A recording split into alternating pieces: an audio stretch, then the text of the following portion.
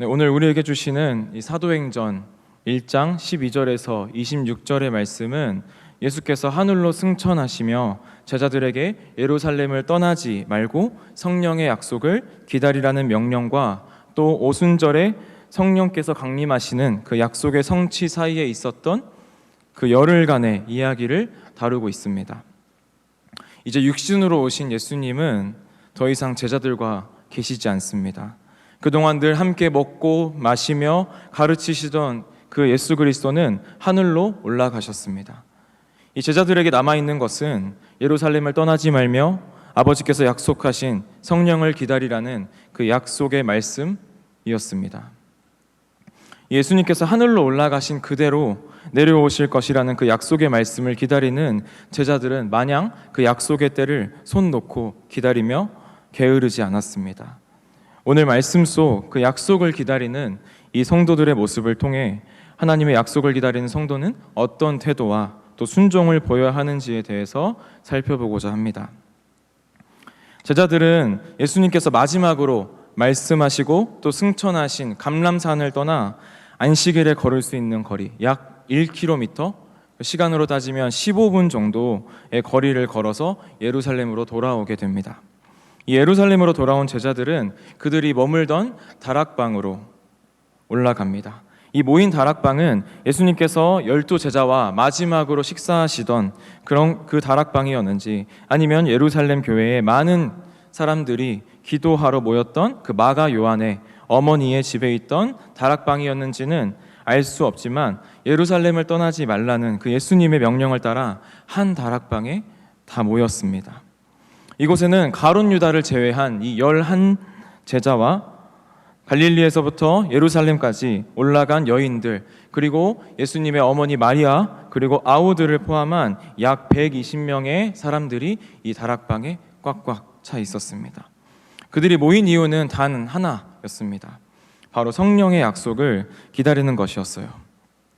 예수님께서 기다리라 하신 말씀에 제자들의 순종은 바로 기도였습니다. 그렇다면 이 제자들은, 이 다락방에 모인 이 사람들은 이 다락방에 모여서 하나님께 어떠한 기도를 드렸을까요? 우리가 14절의 말씀을 보면 여자들과 예수의 어머니 마리아와 예수의 아우들과 더불어 마음을 같이하여 오로지 기도에 힘쓰더라. 아멘. 이 그들의 기도는 더불어 마음을 같이하고 전심으로 힘쓰는 그런 기도였습니다. 오순절 그 성령 강림의 토대가 되는 이 기도는 혼자 하는 기도가 아니라 함께 하는 기도였습니다. 이 더불어 마음을 같이 한다는 것은 모인 공동체가 기도하는 동안 그 모든 사람들이 한 마음이 되었다는 것입니다. 또한 하나로 일치하여 한 마음으로 계속 함께 모여 끊임없이 연합하여 모두 함께 행동하는 것을 의미합니다. 이 교회 안의 근본적인 하나됨을 의미하는 것이죠. 언어도 다르고 살아온 환경도 다르고 직업도 다 달랐던 이 120명의 사람들이 기도하는 동안 한 마음이 되었습니다. 각자의 필요를 따라 각자의 기도 제목을 가지고 각자 기도하던 그 사람들이 이제는 오로지 성령을 바라며 한 마음으로 기도합니다. 이 사람들이 한 마음으로 기도할 수 있었던 이유는 무엇이었을까요? 바로 아버지께서 성령을 보내주실 것이라는 하나의 약속을 바라보았기 때문입니다. 이 약속한 성령이 그들에게 임할 때 권능을 받아 온 열방에 복음을 전할 증인으로 사용하실 그 하나님의 뜻을 분명히 알고 믿었기 때문입니다. 예수님께서도 너희 중에 두 사람이 땅에서 합심하여 무엇이든지 구하면 하늘에 계신 내 아버지께서 저희를 위하여 이루게 하시리라고 말씀하시면서 우리의 마음을 모아 드리는 이 기도가 하나님께 얼마나 기쁨이 되며 하나님께서 기쁘게 응답해 주시는 기도인지 말씀해 주셨습니다. 이 공동체를 통해서 성령을 기다리고 또 기다리는 동안 기도하며 순종하는 교회의 모습을 보여주고 있습니다. 함께 모여 주의 뜻을 구하면서 한 마음으로 기도하고 또 하나님이 주신 사명을 감당하는 것이 바로 약속을 기다리는 성도들이 가져야 할 모습인 것입니다. 또한 이 다락방에 모인 성도들은 끈질기게 기도하였습니다. 오순절에 강림하실 그 성령을 기다리며 끈질기게 기도합니다. 오직 성령이 강림하시길 바라며 기도에만 온 마음과 온 힘을 쏟으며 다른 생각을 하지 않았습니다. 우리가 기도할 때 마음이 나뉘게 되면 오로지 기도에 전념할 수 없게 됩니다. 정말 신기하게도 우리의 입으로는 뭔가 기도 같은 주여 주여 이렇게 말을 하면서도 머리 안은 예배 언제 끝나지? 저녁에 뭘 먹을까? 하는 생각이 분명히 들 때가 있을 것입니다. 이 잡생각들을 다 버리고 그들이 한 마음으로 끈질기게 기도할 수 있었던 이유는 예수님께서 그들에게 곧 성령을 보내주시겠다고 하신 그 약속 때문이었습니다. 이 120명의 제자들이 기도 후 바로 성령의 권능을 받은 것이 아닙니다. 우리는 이 성경 오늘 말씀을 통해서 열흘 후에 이 오순절 때 성령께서 강림하신다는 것을 우리가 너무나 잘 알고 있지만 이들은 열흘 후에 성령께서 오신다는 것을 전혀 알지 못하고 그 기약 없는 약속을 기다리고 있었습니다. 비록 아무 증거도 보이지 않고 손에 잡히는 것이 아무것도 없었지만 실망하지 않고 변함없이 그 자리에서 끈질기게 분투하며 기도하며 기다렸습니다. 이처럼 하나님의 약속을 기다림에는 인내와 순종의 마음이 필요합니다. 조급한 마음을 조금 진정시키고 기다릴 줄 아는 그 인내심과 또 내 생각과 판단을 내려놓는 순종의 마음이 우리에게 필요합니다. 많은 사람들이 하나님의 때를 기다리지 못하고 자기의 때를 생각하며 모든 것을 맞추어 믿음에 종종 실패하곤 합니다. 믿음의 조상 아브라함도 하나님의 때를 기다리지 못하고 자신의 때를 때로 이렇게 앞당겨서 이스마엘을 낳게 되는 일을 겪게 되는 것이죠. 우리도 각각 하나님의 정하신 때를 기다리고 하나님의 약속을 말씀에서 찾으며 기도하며 또 기다려야 합니다. 우리가 기도하며 기다리는 사람은 반드시 하나님의 때에 하나님의 영광을 위하여 아름답게 쓰임받게 되는 것입니다. 우리의 기도는 어떠합니까? 우리는 얼마나 한 마음으로 이 교회 안에서 한 마음으로 우리 공동체 안에서 한 마음으로 얼마나 하나로 일치하여 한 마음으로 계속 함께 모여 끊임없이 연합하여 또 끈질기게 하나님의 약속을 붙들며 기도하고 계십니까? 교회는 주의 뜻을 구하며 한 마음으로 기도하고 하나님이 주신 사명을 수행해야 합니다. 이 당시의 사도들과 성도들이 주의 약속을 믿고 성령께서 오심을 정말 기대하고 기다리며 기도할 때 그 약속대로 성령님이 오신 것처럼 우리도 한 마음으로 끈질기게 그 하나님의 약속을 붙들며 반드시 이루실 성령 충만과 또 주께서 이 땅 가운데 다시 오실 것 그리고 천국 구원의 약속을 믿고 기도하는 우리가 되기를 주님의 이름으로 소망합니다. 이렇게 약속을 기다리며 한 마음으로 기도하고 있는 그때 베드로가 갑자기 일어나 이야기를 하기 시작합니다. 아마도 기도하는 중에 성령께서 주신 마음이실 거라고 저는 생각이 됩니다. 그의 입에서 나온 말은 이 모인 사람들에게는 그리 유쾌한 내용이 아니었을 것입니다. 바로 가롯 유다에 관한 이야기였기 때문입니다. 가롯 유다에 대해서 잘 아십니까? 이 한때에는 예수님의 12명의 제자 중에 하나로서 신임을 얻어 돈을 맡기도 하고 함께 울고 웃으며 동고동락한 동역자였지만 예수님을 배반하고 은 30에 팔아넘긴 배신자가 되고 맙니다. 게다가 결국 좋지 않은 끝을 맺었던 그런 사람입니다. 유다의 이야기는 제자들 사이에서는 아마 아픈 손가락이었을 것입니다. 누구도 선뜻 꺼내기 쉽지 않은 쉬쉬하는 그런 껄끄러운 이야기였을 것 같습니다. 이 베드로의 설교의 요점은 이것입니다. 예수 잡는 자들의 길잡이가 된 이 유다에 대한 말씀이 구약 시대의 다윗의 입을 통해서 이미 예언되었고 또 그는 원래 사도 중에 한 사람이었으나 예수님을 배반하였으며 후에 비참하게 죽어서 배가 터져 창자가 다 흘러나오게 되었다고 하며 이 일은 이미 이 구약의 시편에 기록되어 있기 때문에 그렇게 될 수밖에 없었음을 말하고 있습니다.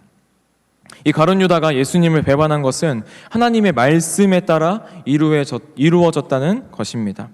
여기서 베드로는 시편 69편 25절의 말씀과 109편 8절의 말씀을 인용하는데 이 앞에 69편의 말씀은 유다에 대한 심판 그리고 109편의 말씀은 그리고 그의 직분을 다른 사람이 취하여야 한다는 이 내용을 담고 있습니다. 여기서 우리가 주목해야 될 점이 있습니다. 이 베드로는 사도의 권위를 내세우지 않고 설교하지 않는다는 것입니다. 또한 자신이 예수님과 동행한 3년의 그 얻은 경험을 토대로 또 이야기하지 않았습니다. 베드로는 오직 이 성경에 기록된 말씀을 토대로 그 말씀이 성취되었음을 당당하게 선포하고 있습니다. 14절의 말씀입니다. 형제들아, 성령이 다윗의 입을 통하여 예수 잡는 자들의 길잡이가 된 유다를 가리켜 미리 하신 말씀이 이 성경이 응하였으니 마땅하도다. 아멘. 오직 성령께서 다윗의 입을 통하여 말씀하신 그 하나님의 말씀을 내세우면서 그 말씀이 그대로 이루어졌음을 선포하는 것이며, 또 성경의 말씀이 1.1획도 남김없이 다 이루어져야 함을 선포하는 것입니다. 예수님의 제자들은 베드로를 통해 선포되는 이 말씀을 통해서 하나님의 신실하심을 발견했을 것입니다. 또한 하나님의 주권과 또 섭리를 알게 되었을 것입니다. 아마 제자들 중에 몇은 예수님께서 이 유다를 제자로 삼으신 것이 실수이며 또 하나님께서 하시는 일의 오점이라고 생각했을지도 모르겠습니다. 하지만 오늘 이 자리에서 선포되는 이 베드로의 말씀을 통해서 복음이 나아가는 것이 유다의 불순종으로 중단되지 않았고 또 예수께서 유다를 택한 것이 실수한 것이 아니었음을 알게 되었습니다. 이제 유다의 이탈로 인한 그 상처와 이 공동체 안의 상처와 부끄러움은 하나님의 말씀을 통해서 중단이 아닌 나아감을 알게 되었고 또 실수가 아닌 계획하심이라는 것을 알게 된 것입니다. 그것을 통해 이 공동체 안의 아픔도 치유되었을 뿐만 아니라 하나님의 약속을 다시 되새기게 되는 그런 계기가 되었을 것입니다. 분명히 이 구약에 말씀하신 이 말씀을 이 신약시대에 성취하신 하나님께서 성령을 내려주신다는 그 약속을 분명히 지켜주시겠구나. 분명히 신실하신 하나님께서 성령을 주신다는 약속도 지켜주시겠구나 하는 그런 성령께서 오실 것을 더욱 확신하는 계기가 되었을 것입니다. 가룟 유다의 이탈은 무척 고통스러운 결과였습니다. 이런 공동체의 이탈은 가룟 유다에서 멈춘 것이 아니라 지금까지도 지금 우리들의 교회에서도 많이 일어나고 다툼과 상처가 일어나고 있지만 이 모든 것이 주님의 몸된 교회를 세워가는 하나님의 섭리로 바라볼 수 있어야 하는 믿음의 눈을 우리가 가져야 할 것입니다. 그럴 때 우리가 그 믿음의 눈으로 그것을 바라볼 때 아픔도 은혜로 승화시킬 수가 있는 것입니다. 교회 공동체는 사람이 이끌어가는 것이 아니라 하나님이 이끌어 가십니다. 약속을 이끌어 가시는 분도 사람이 이끌어가는 것이 아니라 하나님께서 이끌어가는 것입니다. 우리가 성령을 구할 때 성령의 조명하심이 우리에게 비춰져서 평소에 깨닫지 못한 그 말씀들이 깨닫게 되며 그 말씀 속에 있는 하나님의 신실하심, 하나님의 은혜, 하나님의 사랑을 깨닫게 되며 그 아픔 속에서도 하나님의 섭리를 느끼며 우리가 오히려 그 환난 중에도 기뻐하는 모습을 우리가 갖게 되는 것입니다. 이러한 은혜가 우리 제2가족들의 이 공동체 가운데 함께 있기를 소망합니다. 이 성령께서 주시는 말씀을 통해서 베드로는 가룟 유다를 대체할 사람을 찾는 것의 필요성을 엄청 느끼게 됩니다. 이 유다를 계승할 자가 갖추어야 할 자격은 바로 두 가지가 있습니다. 첫째는 세례 요한의 때부터 예수님께서 승천하실 때까지 같이 있었던 사람이어야 한다는 것입니다. 왜 그런 조건이 붙었냐면 그리스도의 일꾼은 예수님을 닮은 자여야 한다는 것임을 드러내는 것입니다. 그분의 인성, 그분의 언어, 또 그분의 인간관계, 같이 먹고 예수님과 같이 입고 같이 이야기하면서 함께 살았던 그분의 닮기를 애쓰는 사람이 바로 예수님을 닮아가는 사도가 될 수 있는 것입니다. 그리고 두 번째 조건은 예수님을 잘 아는 것을 넘어서서 부활의 증인, 부활의 목격자가 되어야 한다는 것입니다. 이 제자의 자격은 어떤 경력이나 내가 예수님을 몇 년을 따랐는지, 몇 년 이렇게 쫓아갔는지, 아니면 내가 대학원을 나왔는지, 고등학교를 나왔는지, 초등학교를 나왔는지, 이런 학력이나 능력이나 지위나 남자인지 여자인지, 또 혹은 가난한지 부한지에 딸려 있지 않습니다. 그리스도를 증거할 수 있는 사람, 그리스도의 부활의 증인이 될 수 있는 사람, 부활의 증인으로 성령의 능력을 받은 사람은 어떠한 모양이든지 또 어떠한 환경 속에서도 그는 예수님의 제자가 될 수 있다는 것입니다. 우리 사랑하는 인천 제2교회 성도님들이 예수님을 닮아가고 또 부활의 능력을 직접 경험한 예수님의 제자 한 사람 한 사람이 되시기를 주님의 이름으로 소망합니다. 베드로의 이 제안을 들은 제자들은 두 사람을 추천하게 됩니다. 바사바라고도 불리는 이 유스도라는 별명을 가진 요셉과 또 한 사람은 마띠아입니다. 이 두 사람 모두 앞서 말씀드렸던 이 두 가지 조건을 충분히 충족하는 사람이었기 때문에 나머지 제자들은 이 두 사람을 두고 기도를 하게 됩니다. 하나님, 이 두 사람 중에서 누가 주께서 택하신 자입니까? 라는 것을 보여달라는 기도였습니다. 이처럼 제비를 뽑기 전에 하나님께 기도하는 것은 모든 것이 하나님의 주권에 달려있음을 인정하고 그 추첨 과정을 통해서 하나님께서 원하시는 사람이 선출되게 해달라는 것을 의미합니다. 그들은 어떠한 그 순서 중에 하나로 기도를 그냥 껴넣는 것이 아니라 진심을 다해 그 선출되는 과정 가운데 하나님의 섭리가 있기를 기도합니다. 이 기도를 마친 후에 그들은 드디어 제비를 뽑았습니다. 이 제비를 뽑는 것은 고대 사회와 또 이스라엘 백성들이 어떤 중요한 일을 결정할 때 행하던 그런 관습이었습니다.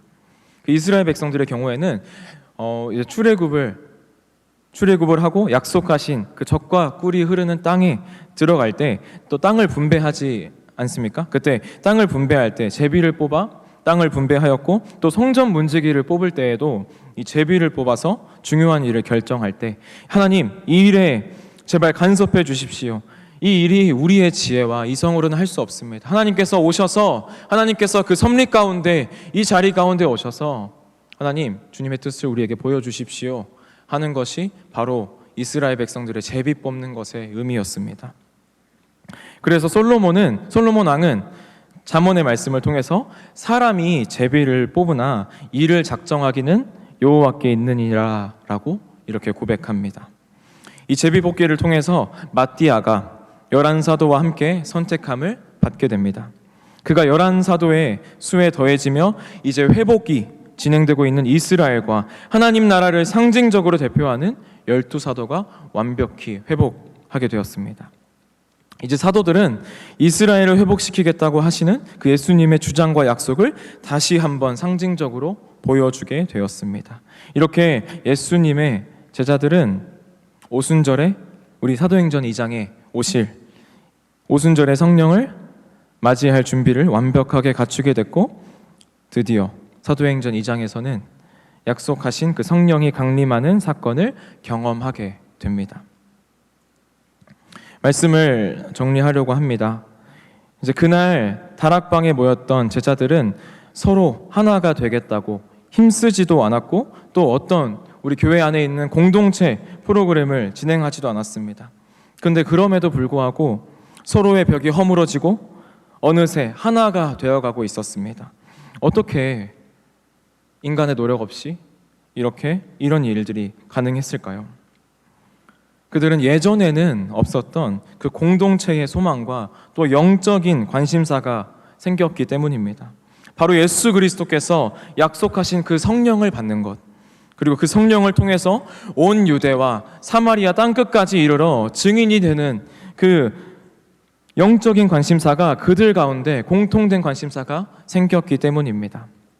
교회는 하나님께서 주신 그 약속의 소망을 두어야 하며 하나님의 주권을 인정하며 또 하나님께서 주신 그 소명에 우리를 맞춰가야 합니다. 이 약속하신 성령 충만은 오늘 말씀을 통해 살펴본 것처럼 기도하는 일에 헌신하며 또 하나님의 말씀을 통해 하나님의 신실하심을 확인하며 모든 일에 하나님의 주권을 인정하는 것이 먼저 되어야 합니다. 우리가 항상 성령 충만의 약속을 붙들고 그 약속이 나의 삶에, 나의 가정에 또 우리 교회에 이루어지길 간절히 기도해 주시기를 바랍니다. 그리하여서 우리 모두가 다 예수님의 증인, 그 증인의 삶을 살아가게 해달라고 기도해 주시길 바랍니다. 우리가 그 기도가 하나님 앞에 전달될 때 성령 충만해지며 그 모든 벽을 넘어서 그 인종과 부와 어떤 자격과 학력과 남녀와 그 모든 벽을 넘어서 우리가 하나가 되는, 복음의 증인이 되는 그 능력과 즐거움을 아는 내가 되고 또 우리가 되는 제2교회 연합체가 되기를 주님의 이름으로 소망합니다.